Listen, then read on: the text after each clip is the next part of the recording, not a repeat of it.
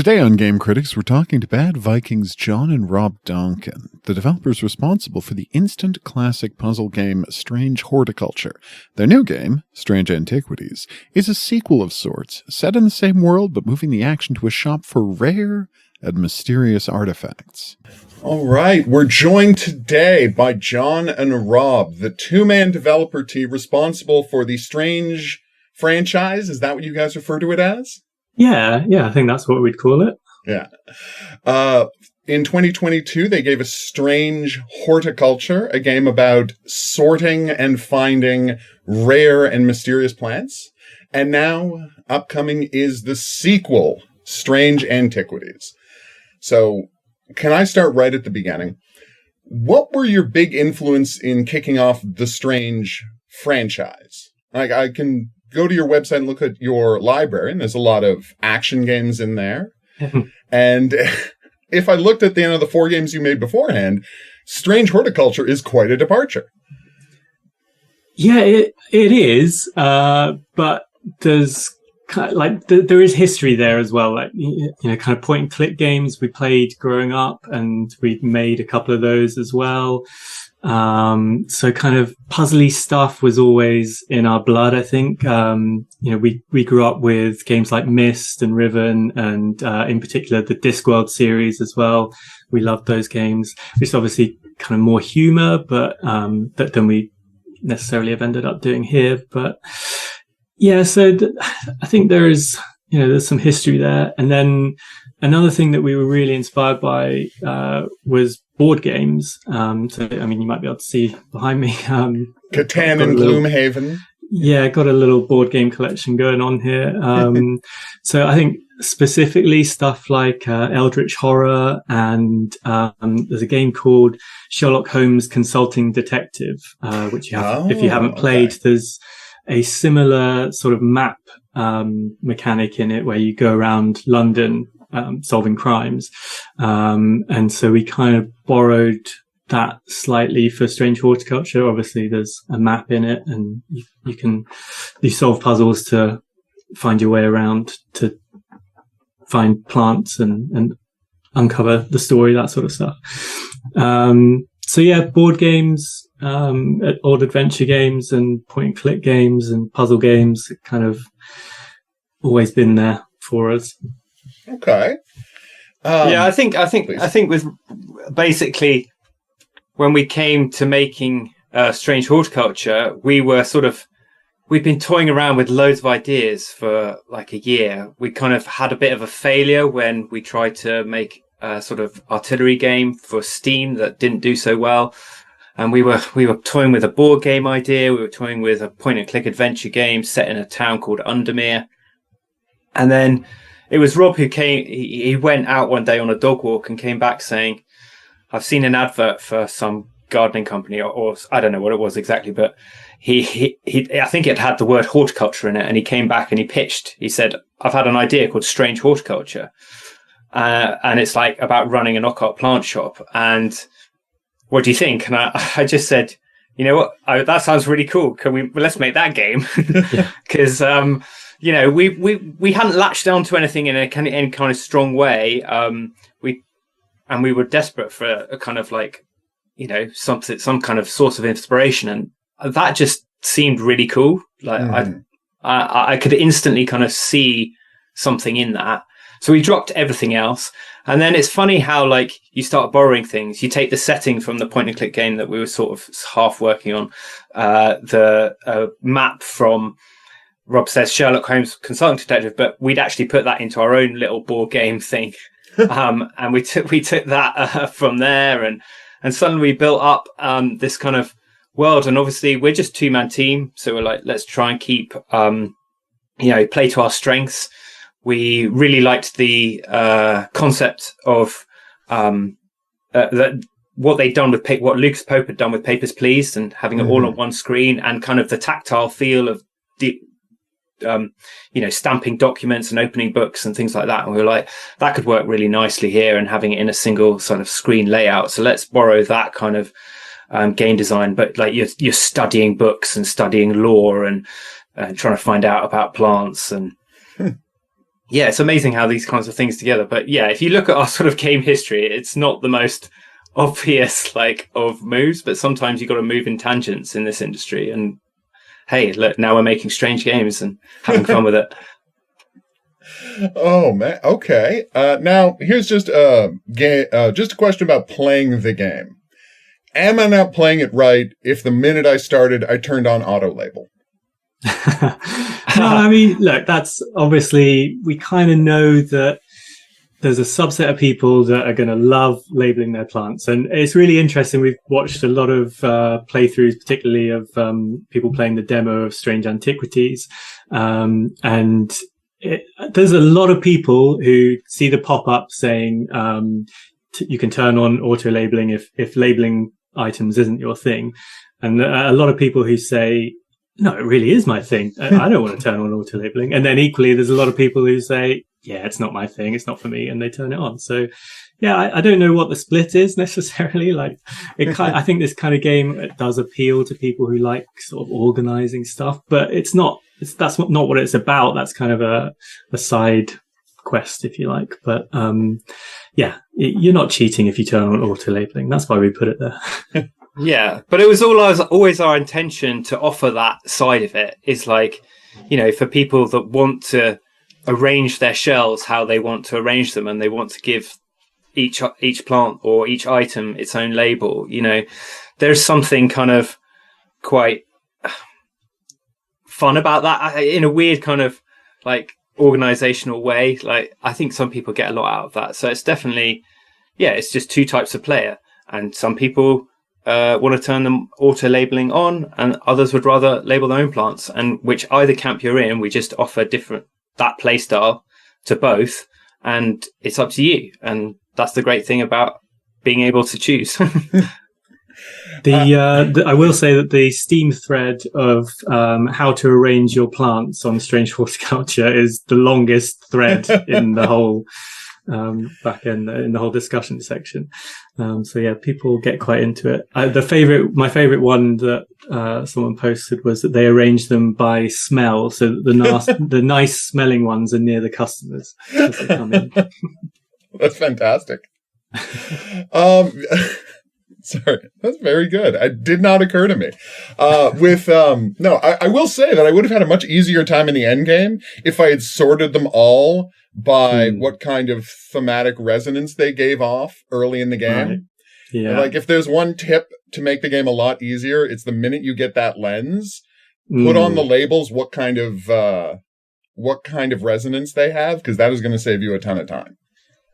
Yeah. I think, again, some people are kind of naturally more organizational and they'll just do that instinctively. Again, you see it watching people just playing the demo. They're, different labeling systems. Some people are really organized and other people are just chaotic.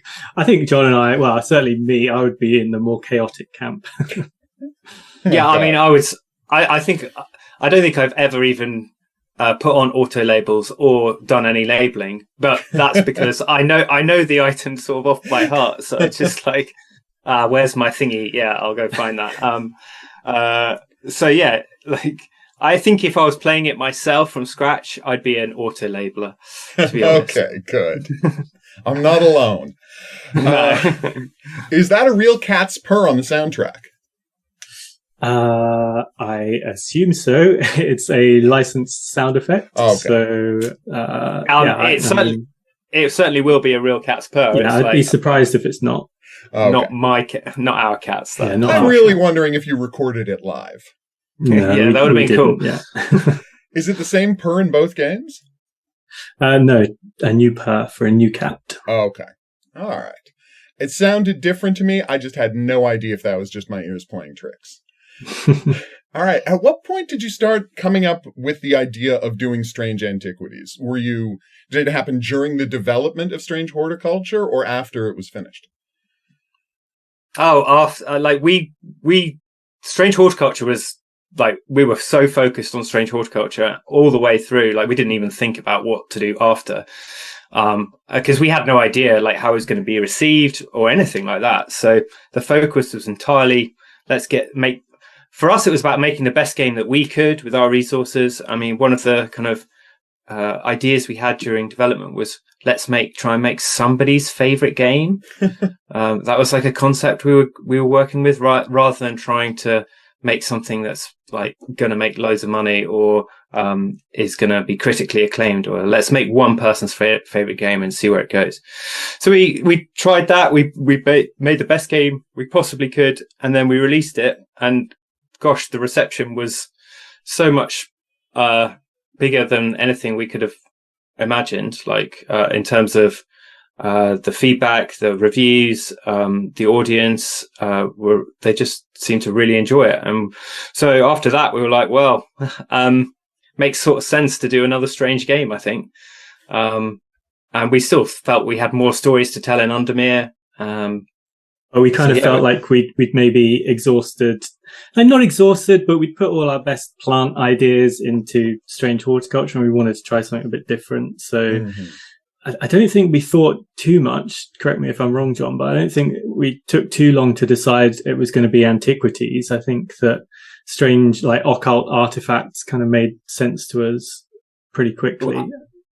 Yeah, we were brainstorming ideas for a follow-up, and honestly, it was quite a short list. I think it was like sort of occult items, cryptic creatures, there might have been something else, but basically the natural progression for us felt like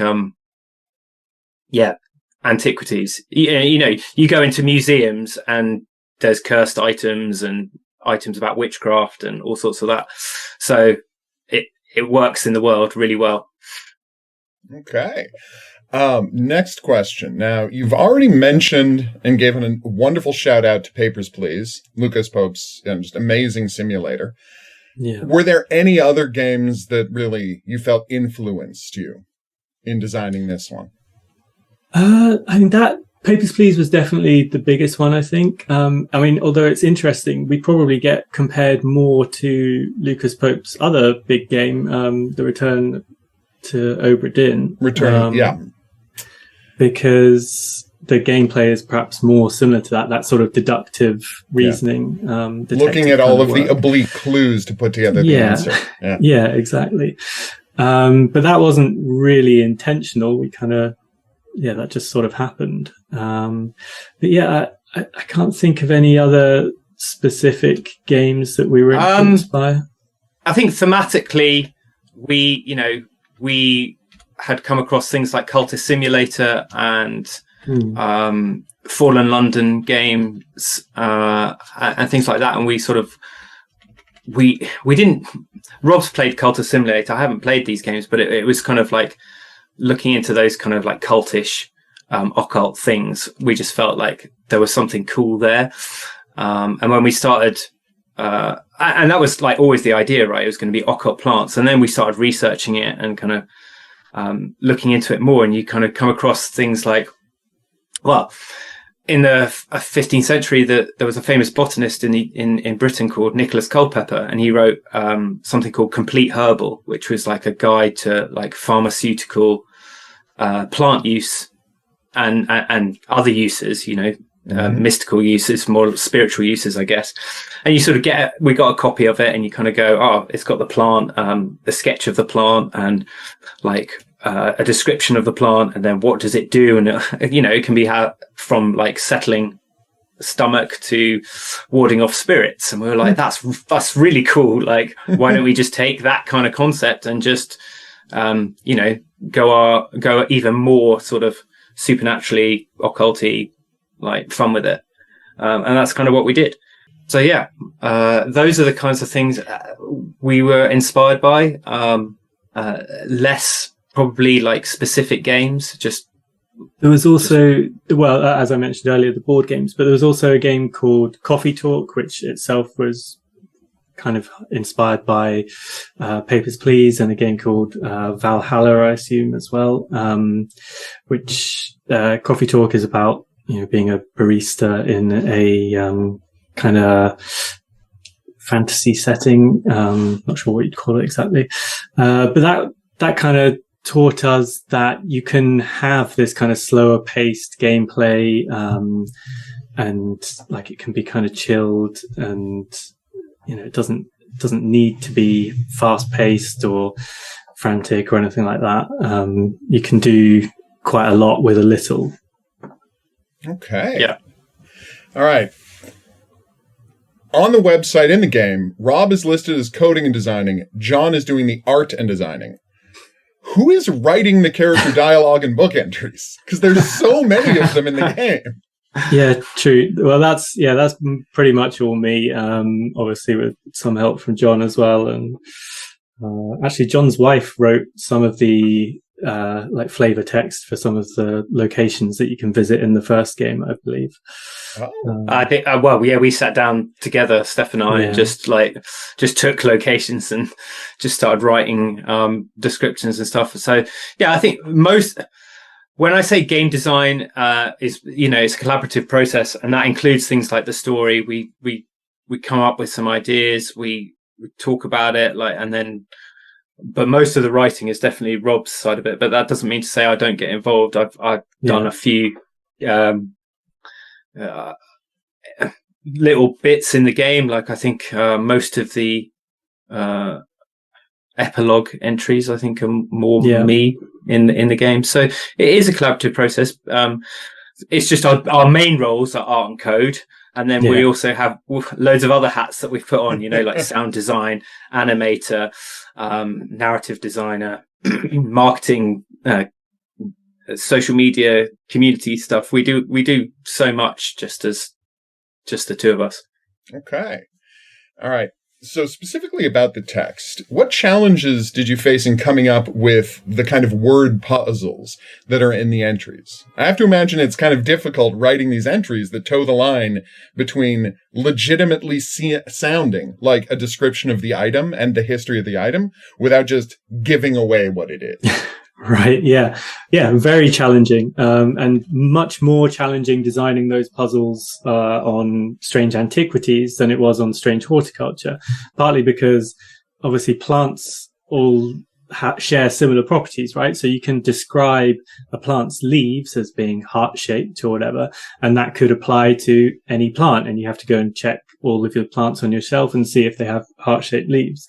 Whereas you can't really do that with items. Like if you say it has a handle or whatever, then that could apply to a couple of items, but not many. If you say, so it's about like trying to use those broader terms. So trying to find those broader descriptive terms. So like using the material maybe, or we might say it's a pendant or it's a totem or something. You've got lots of those on your shelves. So that's kind of what we try and do is give a broader descriptive clue, or maybe try and use a sketch or something like that could apply to more than one item.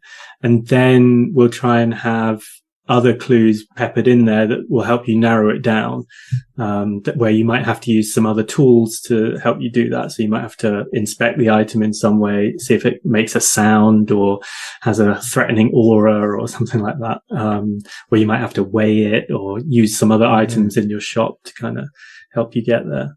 But yeah, that was certainly a challenge this time round. But I think by working through that challenge, we perhaps came up with some more interesting ideas this time round. And hopefully some more interesting puzzles came out of that process. Yeah, I mean, it took longer, like the process, way longer than in Strange Horticulture to come up with all these items visually, like plants, because they're similar. I just started drawing plants, and then you just draw the next one, and you kind of find some way of comparing them and making it interesting. But this, it's almost like we designed the puzzles first and then design the items, and then you also have to come back and try and throw in little bits of red herrings for other puzzles.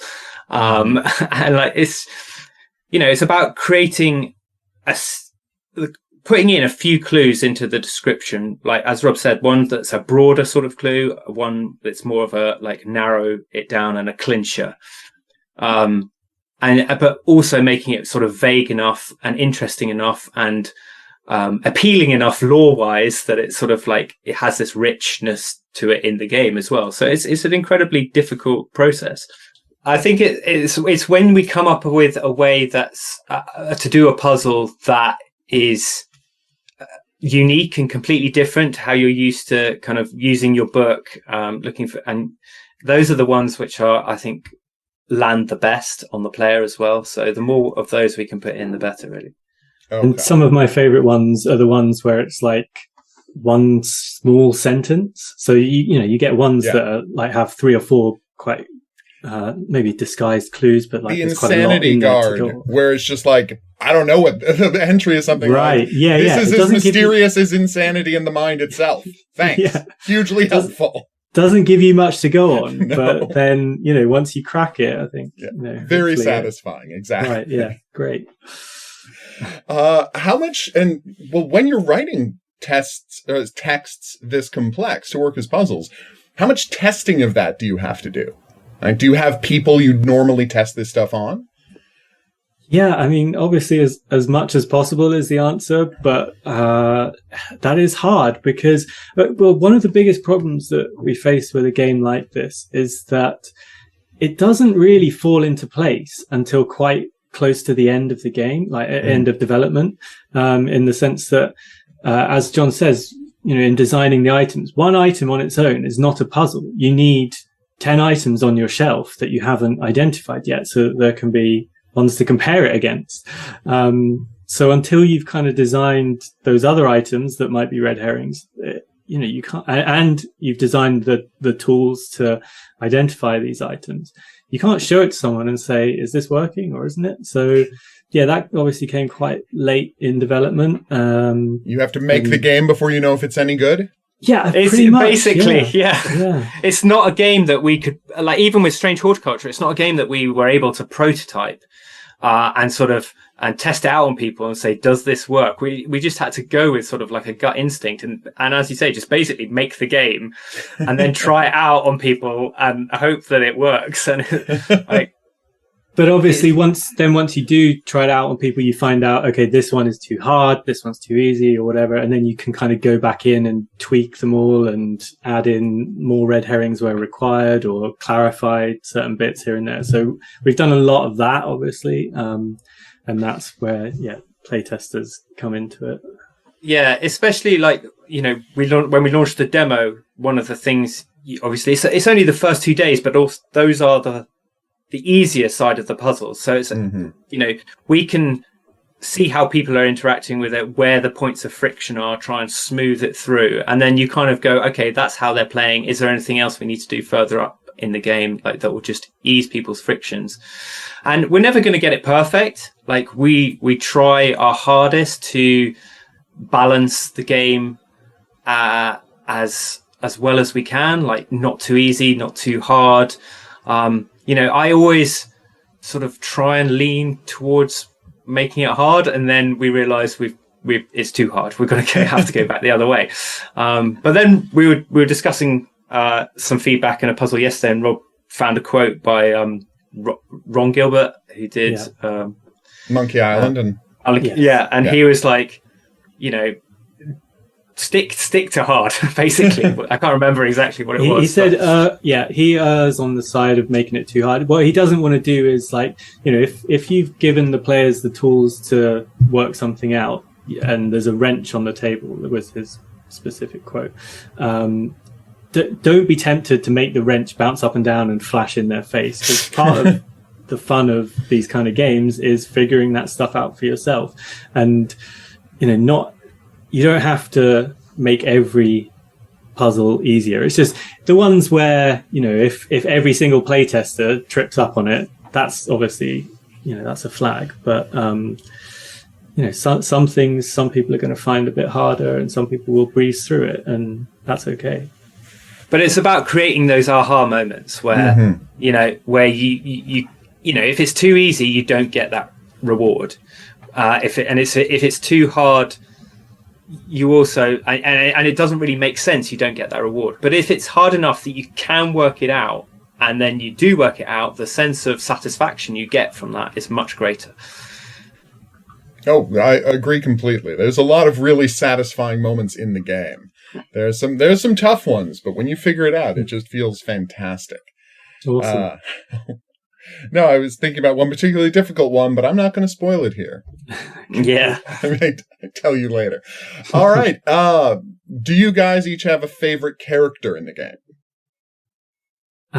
For me, I think it's got to be Verona Green, partly because she is a returning character from Strange Horticulture. So if you played that game, you might recognize her. And I mean, she's pretty central in both games. She's kind of half based on, a kind of Granny Weatherwax sort of character from Discworld, if you're familiar with her.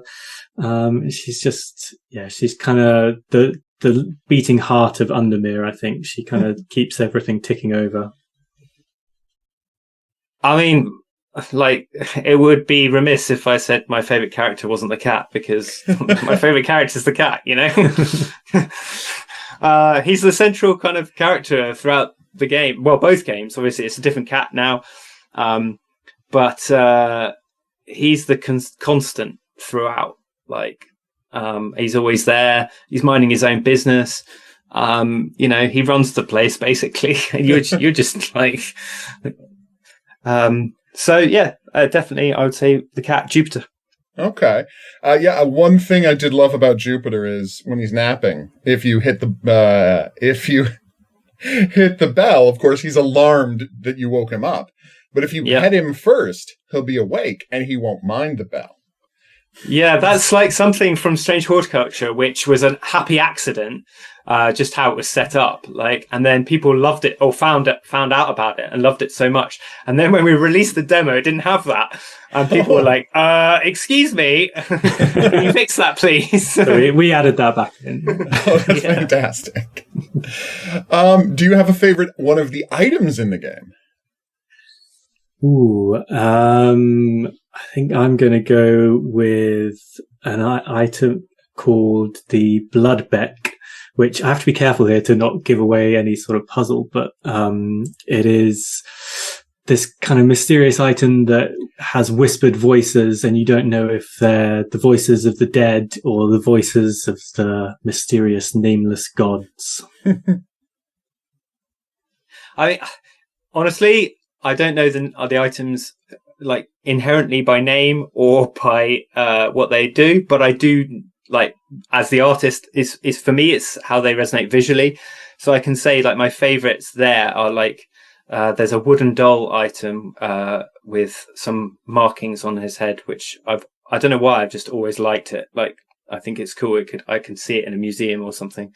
And there's also one which is like a sort of doll, a wooden doll with earrings and a big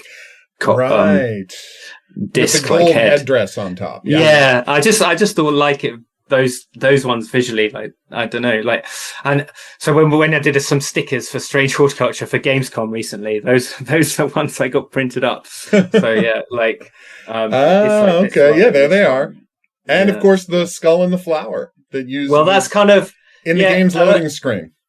Yeah, it's quite an iconic one. Yeah, it became, like, early on. It was one of the sort of earlier designs, and it became like kind of the insignia for the game, like the emblem, and so it's kind of on the Steam small banner, and we kind of use it as our kind of icon, I guess. Yeah, no, it's quite an image because it ties things, of course, back to Strange Horticulture. You got the plant right there. Yeah. That's it. There's a little bit of that, and I think, like, the kind of skull and, like, the way it is, it kind of feels occult, and so which it's it's just a cool design. I love it. Yeah. All right, now here's a question: how did you decide on the yacht dice minigame as a way of punishing players for just random clicking? That was. I'm not sure exactly where that idea came from. Well, so we had something similar in Strange Horticulture where, if you fill up your Rising Dread meter, we call it, and you get a game over, you have a little puzzle to solve to get back in. And we got some really good feedback on that. Some players really loved it. And then I think the players that hit it quite a lot found it quite frustrating that they were just doing the same puzzle over and over again, which, yeah, fair enough. We take that on board. So we wanted to do something that could be more replayable, which is a real challenge when you want it to be something quite simple, like not take too long and get you back into the game, within a minute or two, max 5 minutes, something like that. So yeah, it went through quite a few iterations, but I think we went with a dice game, partly because, again, inspired by board games and those kind of mechanics, partly because I think visually it looks cool, having, the 3D dice in there. I think it works really well. And partly because it introduces a luck factor. So there's that kind of randomizing element. But then balancing that and making sure, because the first iteration we did of it, we sent it off to our publishers and we're like, oh, what do you think of this? And they absolutely hated it because it was just way too hard. And they were just getting so frustrated that they couldn't just get back into the game. So we tweaked it quite a lot and made it easier. And we also added in a fun little feature where, so if you roll X's, that's kind of like a bad thing. You don't want to roll those. But if you roll 2 or more of them, Jupiter can swipe his paw across and re-roll them for you, which is kind of nice. It's a delightful surprise the first time it happened. Yeah. Just reached in to help me out. Yeah. It's, for us, like that, the mini game, like the game, we call it the game over mini game internally, and it's basically it's needed in the game to stop people just trying every item on the shelf systematically and brute forcing every puzzle. We want people to actually try and work out the right item, so we have to have something that takes people out, so there's an incentive to try and get the right item first time round. And obviously, if you're playing the game correctly, you should never see the game over mini game. You should be able to go through the whole game without seeing it. But it's there, like and it's got to fit sort of thematically. Like, does it work? Like, does it work within this world? It's got to be kind of simple to play. And then we also wanted to try and make it so that if you are coming back to it regularly, like, you can kind of learn how to play it, and then we try and increase the difficulty a little bit as you go along, so it becomes almost like a game in itself, which you can kind of have and there is some sort of strategy to it. So I think whether people like it or not, we don't. It's going to be hard to judge until it comes out, but it's the best we were able to come up with for that. That section of the game. Yeah, as you say, to keep people from just brute forcing every puzzle, because it takes you out of the experience. If you just click, click, click, okay, well, that doesn't work, okay. Yeah. No, it absolutely had a great effect there, as does the hint system. Did you discuss whether you wanted to have a hint system in the game, or was that always the plan? The hint system is there, again, for like people who get to a point where they're really stuck, and they're going to quit the game and never come back to it. And it's like, why are we trying to punish people if they're having a hard time? Like, let's give them clues. And rather than just telling them the answer, let's try and like give a simple clue. And then if they're still struggling, another clue. And then if they're still struggling, maybe a final clue that really hints at it. But like, it's about providing as seamless an experience for everyone. And so having the hints is something we always plan to do in Strange Horticulture. And then for this, absolutely, we definitely added it. And we've done another thing this time round, which we didn't do previously, which is we talked a lot about it, and then we've just decided to do it anyway, is when you solve a puzzle and you identify an item, in the screen that comes up, there's a pop-up, and we list what the clues were. What the clues were. Yeah. The idea being that if someone wasn't entirely sure why that was the right answer, we've given them the clues so that they can go, okay, that makes sense. And also maybe get into the way we think and how we're setting puzzles. Teaching them what to look for in future puzzles. Right, exactly. Yeah, that was the thinking behind it, sure. Well, that makes a lot of sense. I mean, and that's the effect it had on me. So I confirm that works. You say the game is largely not humorous, and I think that's true, but there are a lot of moments of levity in there. Like at the time I clicked, to feel what the texture of a bottle's label was, and the answer was papery. Right. Yeah. Oh, yeah, sure. Is there stuff from there that like really makes you guys laugh? So when I said it's less humorous, I guess I was meaning in contrast to something like Discworld, which is very silly, like super British sarcastic kind of humor. We do have some of that kind of dry humor in there as well. You can probably tell from our accents that we're British, and that's kind of in our DNA there.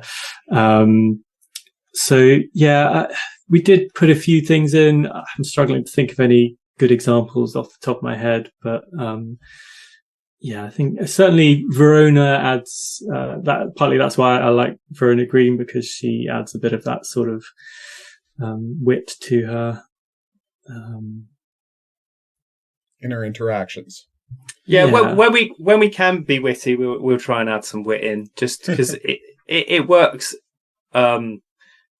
well with the kind of it's about counterpoint to the dark kind of more sinister stuff going on, when you can provide moments of levity, and I think they're important. So okay, all right. Now you've already told me that when you're designing the quests, because it's funny, I wrote out my question and it's like, what comes first, the character who has a problem solved or the item you want to use?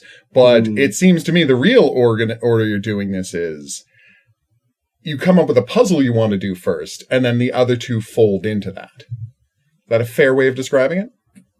Yes, pretty much, I'd say. I think that's kind of how we approached it, was design as many or come up with as many puzzles as we could. Like, I've got kind of pages of notebooks full of just different ideas for item puzzles, and then you kind of design an item around that, and then because you can kind of, like, not always, but you can kind of tweak the use case of an item to fit where you need it. But yeah, I mean, honestly, this was a real headache for us because, we've got a narrative going on there as well. So anyone who comes into your shop, because it's not a narrative where you're kind of necessarily driving it yourself by going out into the world and speaking to different characters, that sort of stuff. It's more that you're kind of, you're in your shop and characters come to you and they might propel the narrative forward with a little snippet of dialogue here and there.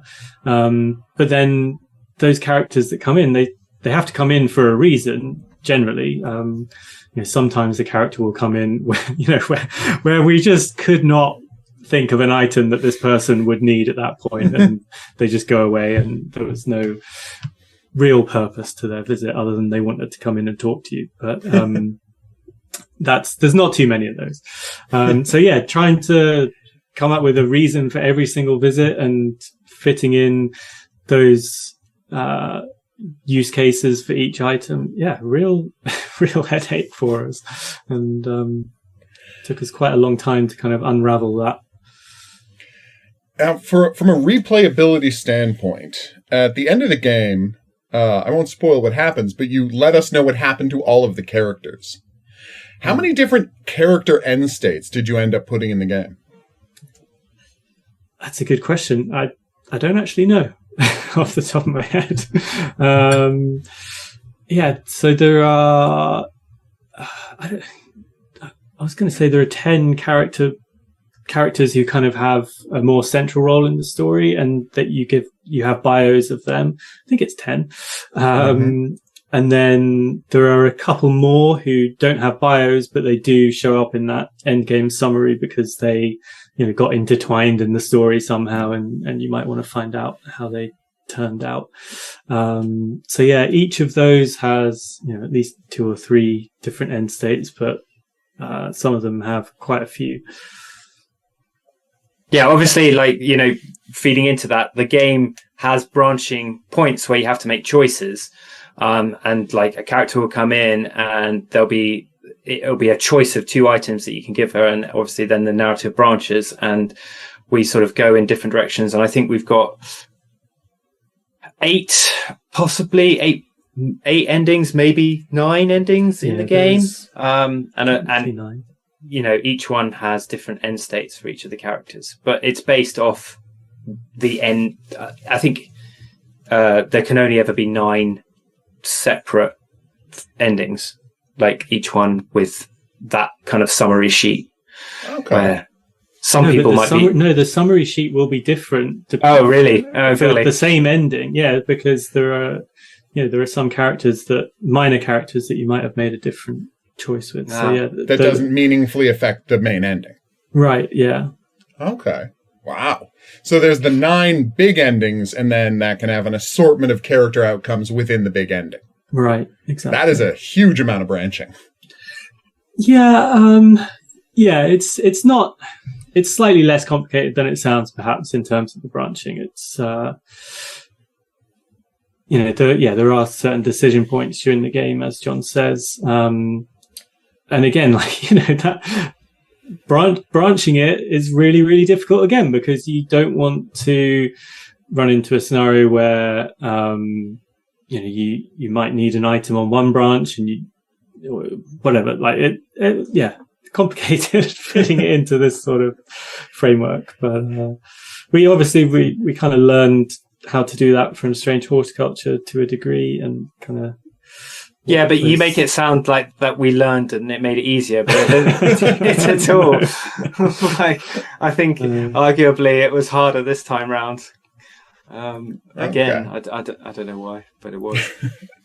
All right. Now, this is just a detail that I absolutely loved, and I got to know how it ended up in the game. If I look left and right in the shop, it's not like I'm turning my eyes. It's like I'm picking up the whole shop and moving it, because all of the hanging items swing back and forth. Yeah. Why is that in the game? I almost don't want to admit to this because, well, no, obviously I will, but it was basically an accident. I didn't intend for it to be like that.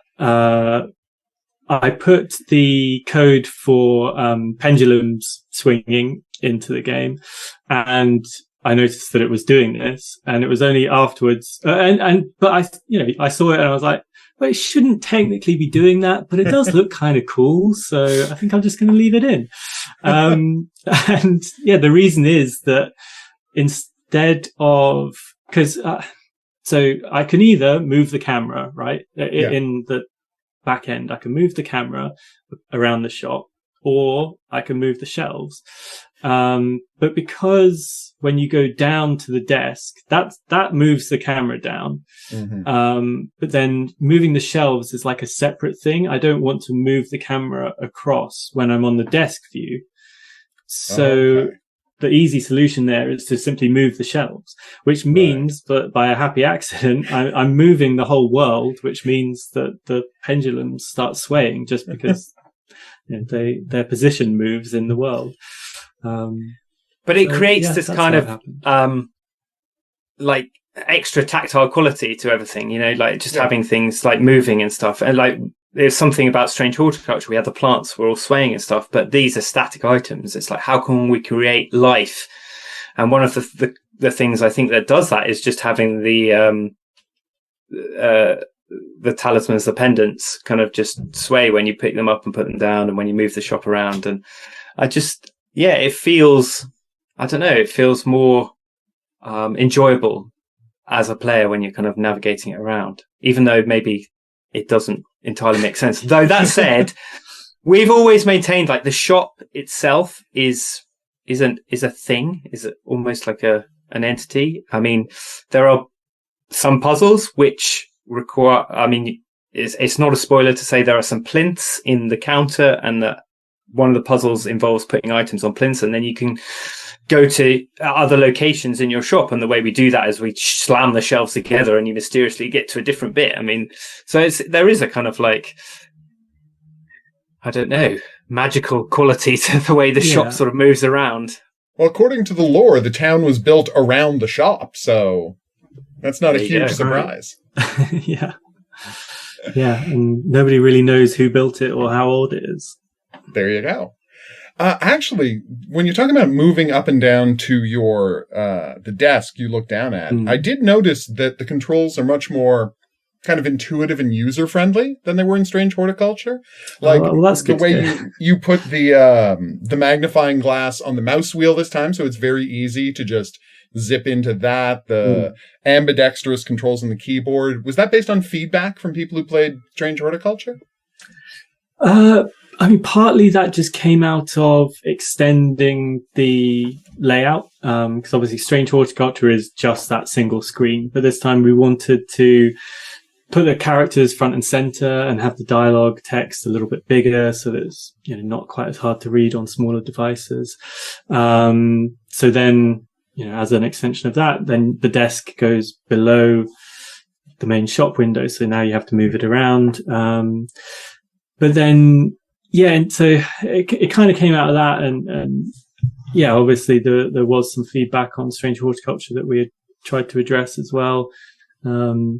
And some feedback from people playing the demo of Strange Antiquities that we've already been able to address.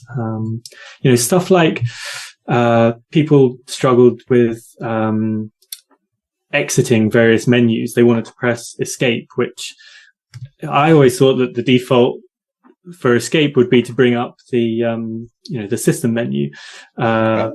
But we've made it so that will also exit menus, and then it will only bring up the system menu if you're not in one of those. And you're in the neutral screen. Okay. Yeah.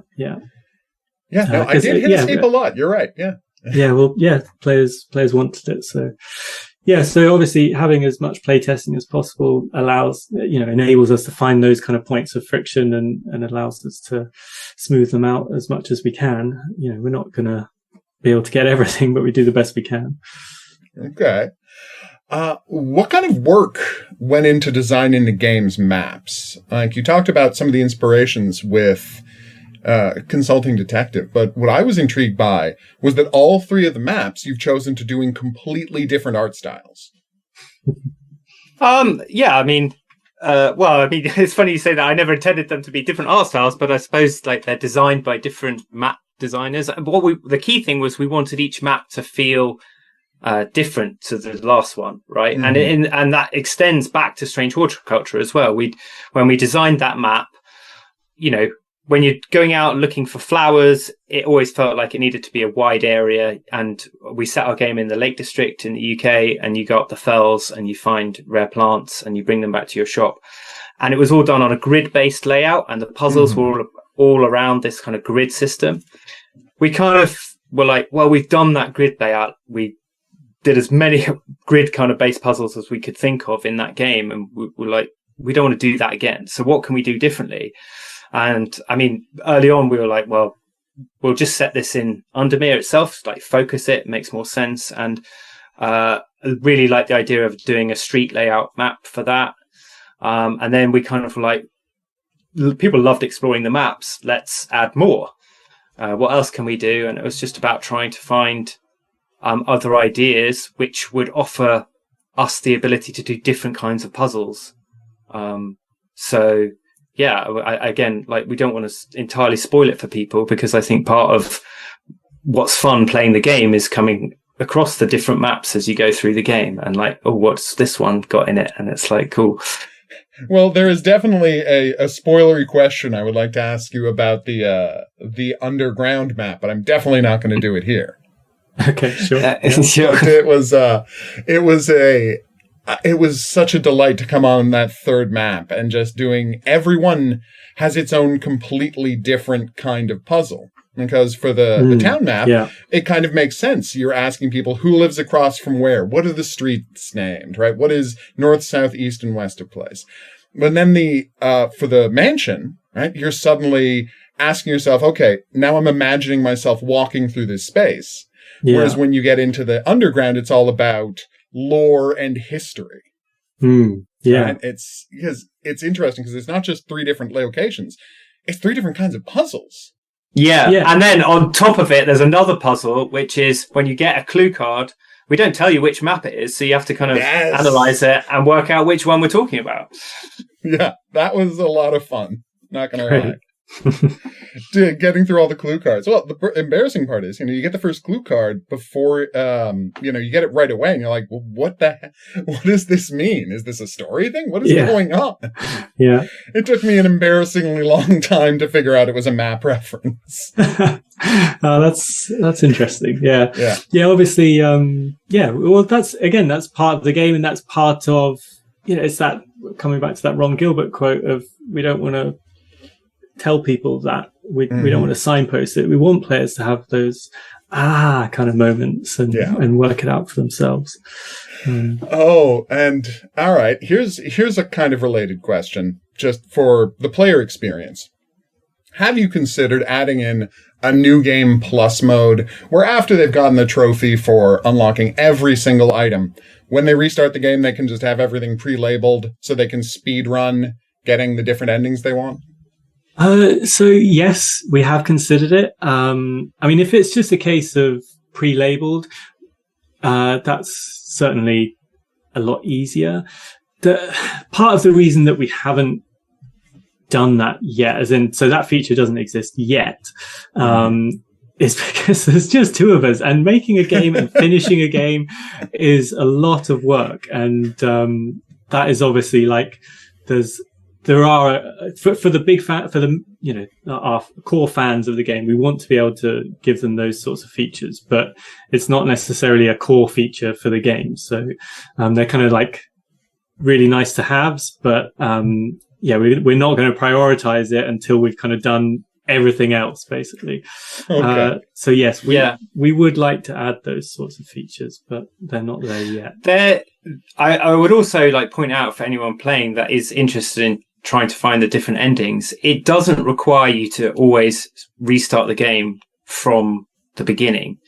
In the save system, we do have save points at every day, so you can kind of go back into maybe where, if you make a note of where a branch was, or certainly at the end, when you get to the end of the game, there's kind of a choice to make on where you go to kind of do your ending. There's different places where ending points can happen, so you can kind of try out those different branches by just going back a day and trying them different out. You don't have to play the whole game through again. It's just if you have set up the choices to be able to unlock that ending at all. But yes, that's true. Yeah, I forget that there are other bits further back that can have an impact on where you can go at the end. And I definitely did not have a choice of where to go at the end, so obviously I screwed something up.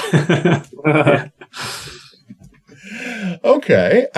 Do you guys have a third installment in the series in mind? Can fans expect to be running a strange pet shop or a strange bakery in 2028?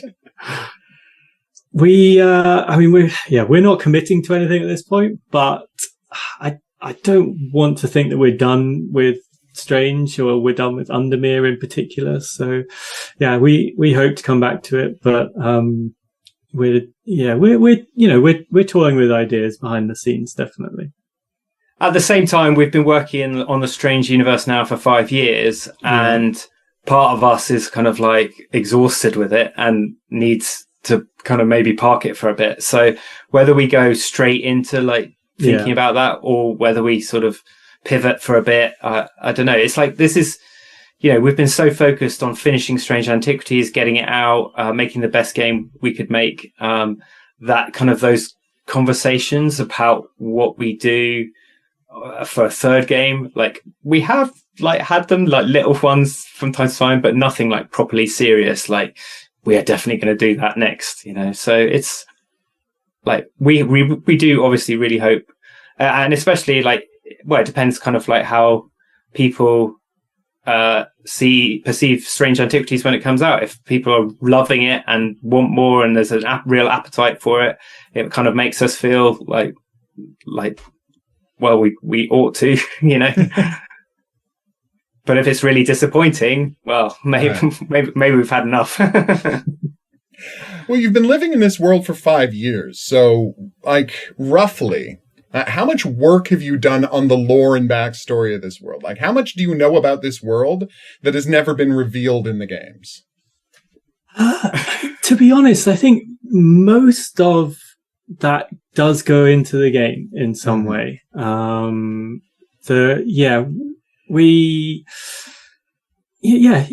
think it goes into the game. Like there's some lore and stuff that we've written that doesn't, obviously, but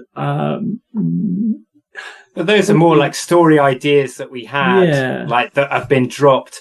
We're not like the kind of like TV show designers that have planned out series 1 to 5 and they know where it's going. We've made series 1, we've made series 2, and now the network says you need to do 3 more series. Oh, right. Like, yeah, maybe we need to think about it some more. You're building the railroad as you're going down it. Yeah, I think that's definitely more of the approach. I love the idea of sort of Undermere adjacent stories and things like that,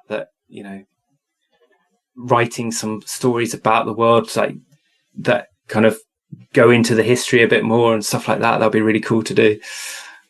One thing that we have really enjoyed this time round is, because it's a sequel, we can kind of reference back to Strange Horticulture. So there's quite a few little references dotted back to that game in this one. So, for fans of the first game, I think you'll spot a few of those things. It was nice to be able to go to Strange Horticulture in the game. Yes, well, exactly. Yeah. So that's one of the little Easter eggs. You can actually visit the shop in this one. And there's quite a few little things like that, and some I really enjoyed putting those extra lore elements in there that tie back into the first game, and kind of some of them might answer some questions. Like I think one of my favorite ones, I guess I don't want to spoil it too much, but it's not a big spoiler. There is the Great Oak in Strange Horticulture, which is never really explained. It's just something that's marked on your map. It's this huge oak tree.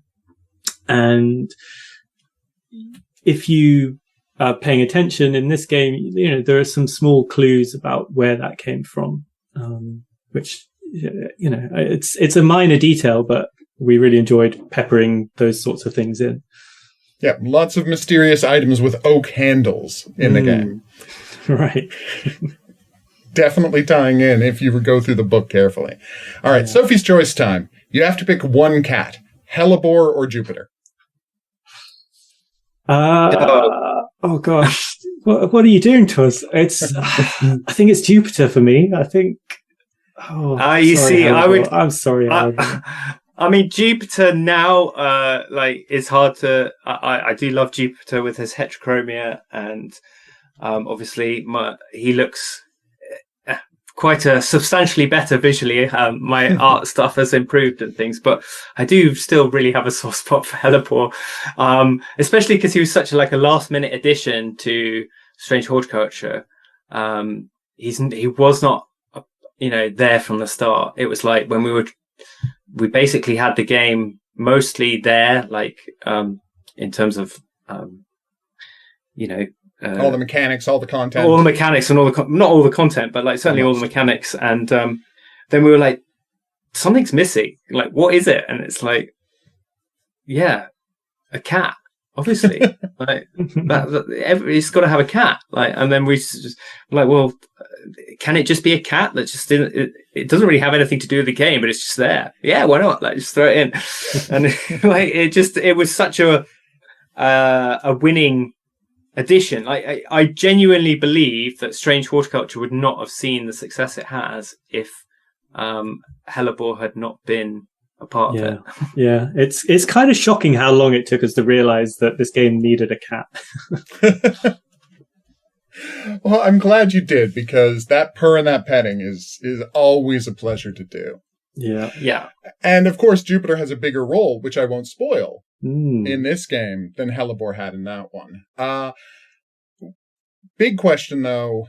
The game is coming out. What is the most important thing that you want people to know about the game? What is the thing that's this is what makes this special to us, and this is why we are desperate to share it with you? What are you most excited for people to see? That is an incredibly difficult question to answer. I think just the love that we have poured into this over 3 years of hard work. And yeah, I think, I hope it comes through, in all the little details that we've put into the game. Yeah. I mean, we're just incredibly excited to share it now with people. It gets to a point where you start, like, you're really proud of your work, and then the more you work on it, it starts to like go the other way, and you kind of want to kick it into the sun at times. And now I really wanted to get it to people to show, like, one, the progression like that we've made, because I think whilst I look back at Strange Horticulture and think we made a pretty good game, and obviously, from people's perception of it, like, it clearly resonated with a lot of people. But I think we have just taken that and, really improved it on almost in every aspect. Well, at least from my point of view, like, visually, it's a step up. Like, in terms of like the puzzles and the way those done, it's a step up. Like, I just hope people see that as well and enjoy it as much as Strange Horticulture, and hopefully more.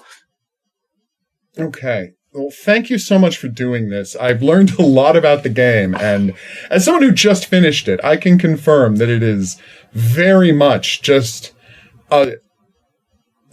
everything you loved about Strange Horticulture has just been moved a leap forward in design this time around. That's very, very kind of you to say so. Thank you so much. Yeah, of course. But obviously, that is what we were hoping for. But it's lovely to hear, honestly. Well, no, but I mean, the design, it's so much more playable and so much more in depth without losing any of the charm. That's the thing. It really feels like an extension of the world.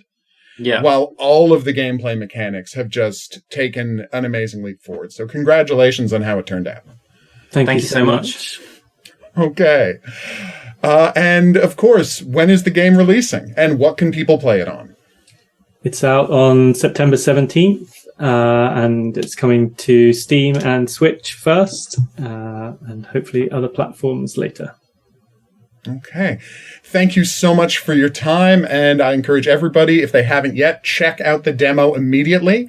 You don't have the exploration gameplay, but you do have everything, all the other main parts of the game. Well, the exploration is there as well. You just, you have to find that map first, but it's there.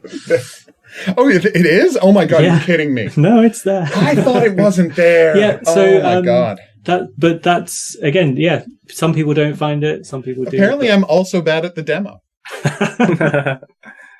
Oh, thanks so much. Thanks for watching. Be sure to check out the links for more accessible reviews, interviews, and features at Game Critics. Also, like the video and subscribe so you get notified whenever new content drops. We'll see you back here for more, but until then, au revoir.